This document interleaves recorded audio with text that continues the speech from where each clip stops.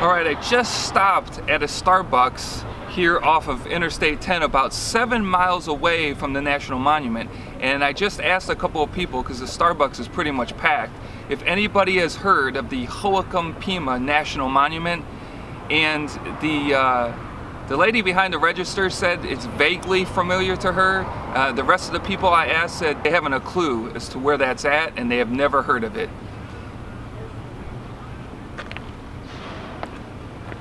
Very interesting.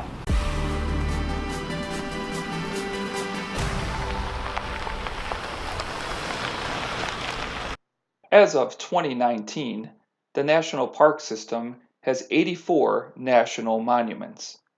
But this one in Phoenix, Arizona, called the Hohokam Pima National Monument, is very unique. Stay tuned.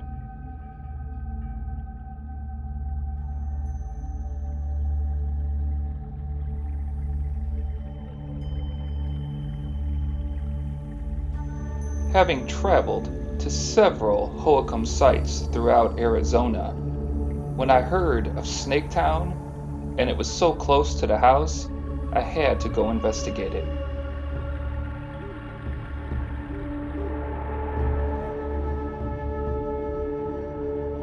The Hohokam National Monument was established to protect Snaketown, an ancient village of the pre-Columbian Hohokam people who once inhabited the desert Southwest.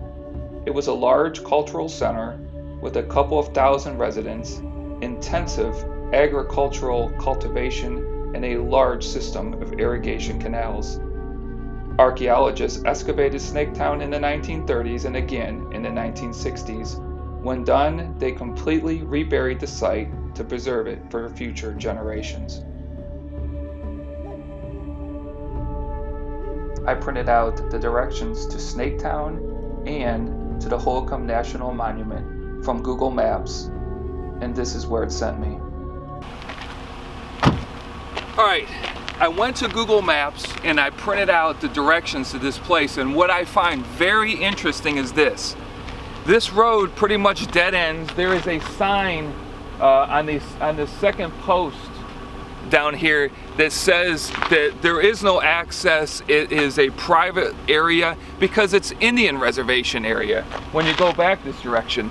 But the Google car, when I looked at Google Maps and I watched it, it traveled all the way down this road. And I would say about half a mile down this road, the road then curves off and goes to the right to over Interstate 10. About probably another 2 to 3 miles to the right, it would go over Interstate 10. Now there's no entrance on the Interstate 10, and from Google Maps you can see the bridge that goes over Interstate 10. It's paved, and then it becomes what looks like this dirt road.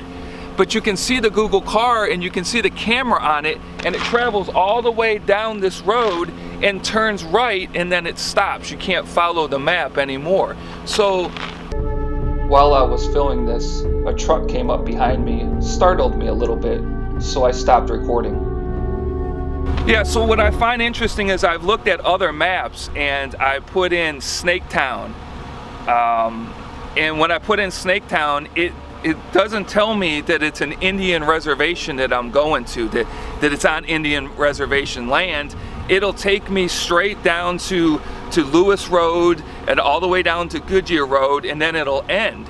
Well, the problem is Goodyear Road is all the way down the Gila Indian reservation land down this way, where I can't go anymore because there is it's a sign that's on this electric post that's made like of paper, a hardy paper, that says, you know, you can't enter. There's no public access to the road. So I can't go down to Goodyear Road. I can't take Lewis Road anymore. So what I'm going to try to do is go down, turn back around, and head down Riggs Road and try to make it to the Interstate 10 and see how close I can get to this national monument.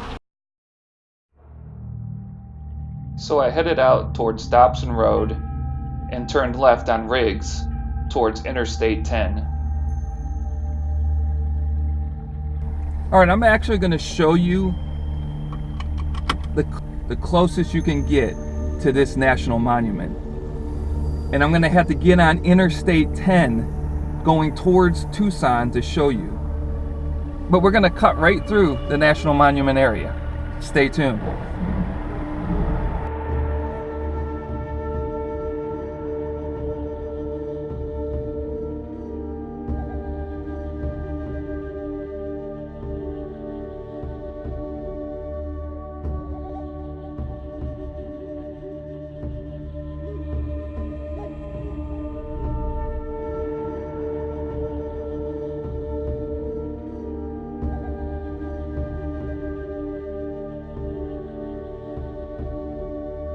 We're coming up on the Goodyear Bridge that goes over the I-10. So that area where I came in off of Lewis Road, if I would have taken that road through the Indian reservation, the road would have come right over this bridge right here.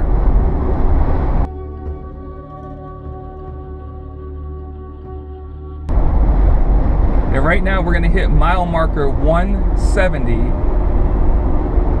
And we're crossing into the National Monument area right now. And we're also crossing into the Gila River Indian reservation also. I-10 cuts right through it for about 30 seconds. The Hohokam Pima National Monument falls within the boundaries of the Gila River Indian community. According to the National Park Service, the Gila River Indian community has decided not to open the extremely sensitive area to the public. This is as close as you can get to Snaketown without permission. This site dates back as far as 300 BC, and it is likely that it was inhabited continuously through the year 1200. Another national park in the books. I just drove through it in 30 seconds. Drove through part of the Indian reservation and drove through the national park. Just to give you a different perspective, this is what the National Monument looks like going westbound towards Phoenix. My next stop was to the Hohokam Heritage Center. The artifacts on display in the center have plenty of wow factor to illustrate why Snaketown is so archaeologically significant. When I arrived at the Heritage Center, I found it closed. It is under renovations until 2020. I also realized that there is no cameras or video photography allowed within the Heritage Center.